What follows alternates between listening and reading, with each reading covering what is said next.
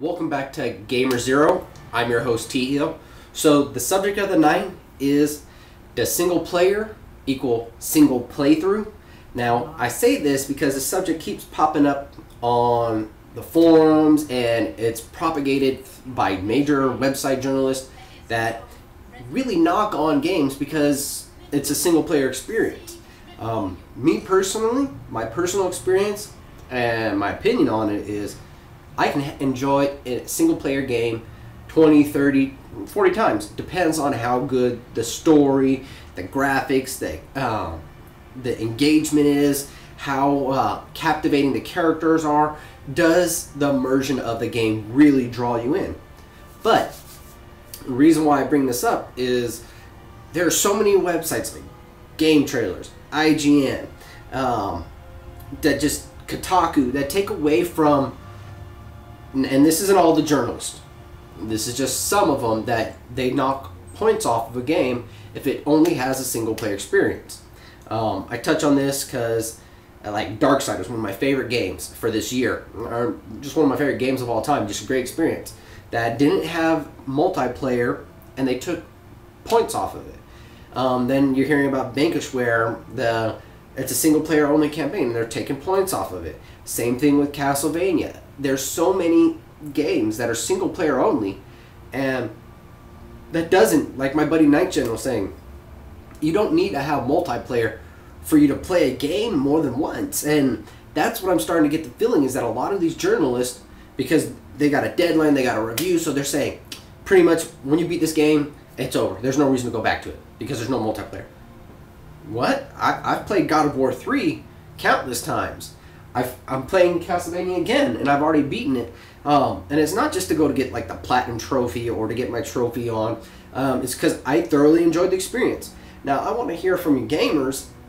Is that what you're going for? Are you just going through it to get the initial experience, and then you're done with it? Because if that's your mindset, if that's all you really care about, then all you're going to be doing is playing the Call of Duties and the Battlefields and the first-person shooters, because those are what, I mean, they don't really cater towards the, the experience of a story. They cater towards, multiplayer. And, a lot of this has come up, and I agree with like my man Hip Hop and a few others where single player is the core, is what it should be. Problem is, a lot of people are playing these games, and they're these multiplayer and single player experiences, games that have both, and unless the story is like super captivating and that's what the selling point is, then they're completely ignoring the single player and going straight to the multiplayer. I can't think of how many people I know that have gotten Call of Duty and didn't even play through the single player experience. They just hopped right on multiplayer, and single player was maybe if I'll play them whenever, if they even finish the game. To me, a game is supposed to be a captivating experience that is supposed to draw you in. You're supposed to really feel immersed in the world. Now, the multiplayer games and that experience is unbelievable for that social activity, that experience that you're going for to feel connected with the gamer, to experience. It's a totally different. A multiplayer experience is always so much different than a single player, because it's a lot of that is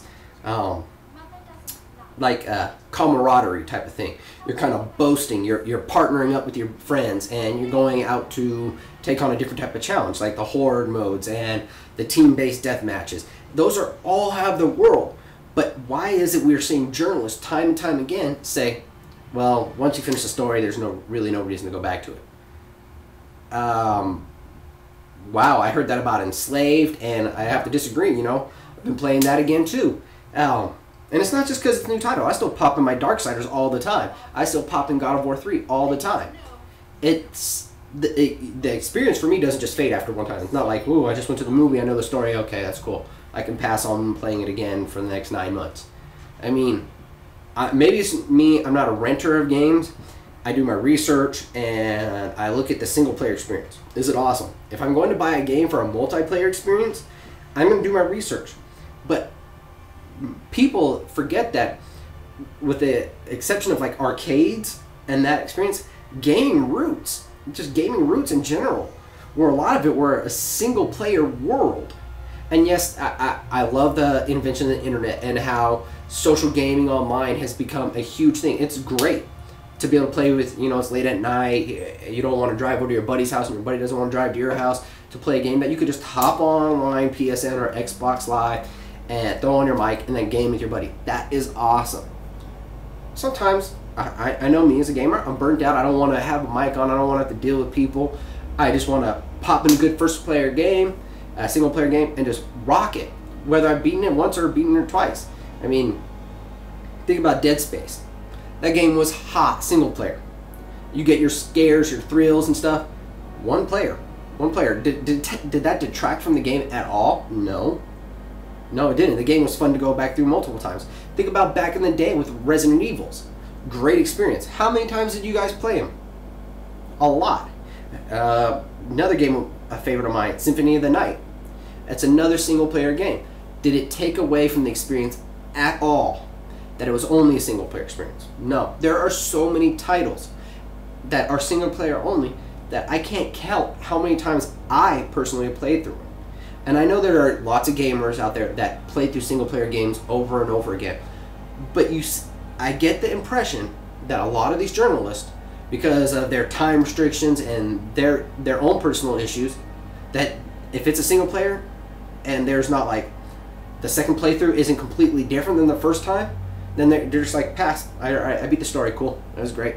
That was the experience. That initial time was fun, but I'd rather jump right on the multiplayer.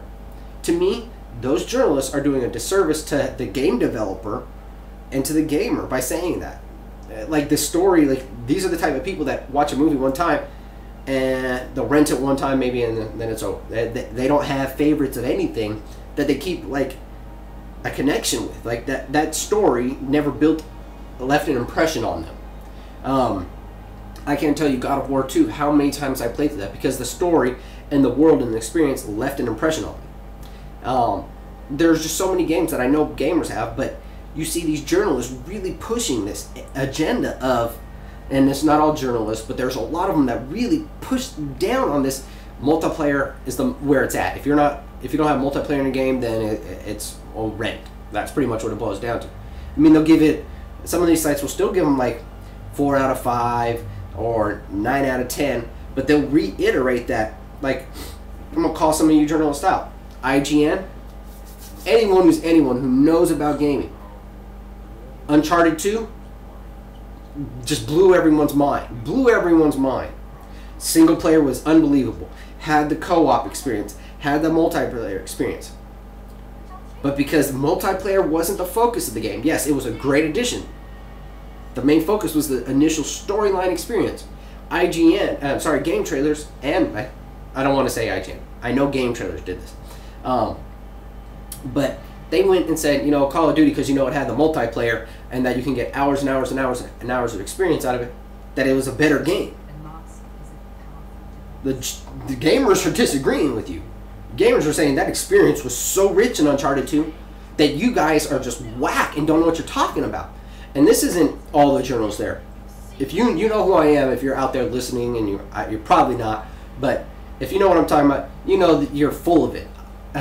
There's no way Call of Duty Modern Warfare 2 on an experience was anywhere as good. I mean, yes, the multiplayer gave you tons of hours of replay, and it's slightly different experiences every time. But would you really say that's in the same league of an experience? Is that what you got in Uncharted 2? Because if you're only playing one time, then yeah, you're going to count it by hours. You're going to say $60 versus how many hours, 8 to 10, so then you're splitting it up. Are you going to play through it again? You're doing all this retarded math and not really enjoying the experience. So what I want to leave out there for gamers, and I want to get your opinions, you know, leave your opinions below in the comment section, send me messages. I want to know what you guys feel. Is it to the point now where journalists are pushing multiplayer as the real experience and single player is a back, just like the redheaded stepchild that no one wants to think about? So that's what I've got for tonight. I just had to get this out there because it's been irritating me. I mean, it's been on my list for a while, but then just like all these reviews are dropping and dropping and dropping, and I keep hearing this from these journalists over and over and over again, And I see the comments on the forums, people getting upset that this is the way the mindset is. My buddy 9th Gen pushing this. My buddy Hip Hop is pushing the exact same things that I feel about it. So let me know what you think. Leave your comments below. You can always follow me on hiphopgamershow.com. You can follow me on Twitter. It's T_Hill0. Or you can send me a friend request on PSN. It's T-Hill. This is Gamer0. I'm your host, T Hill. I'm out. Peace.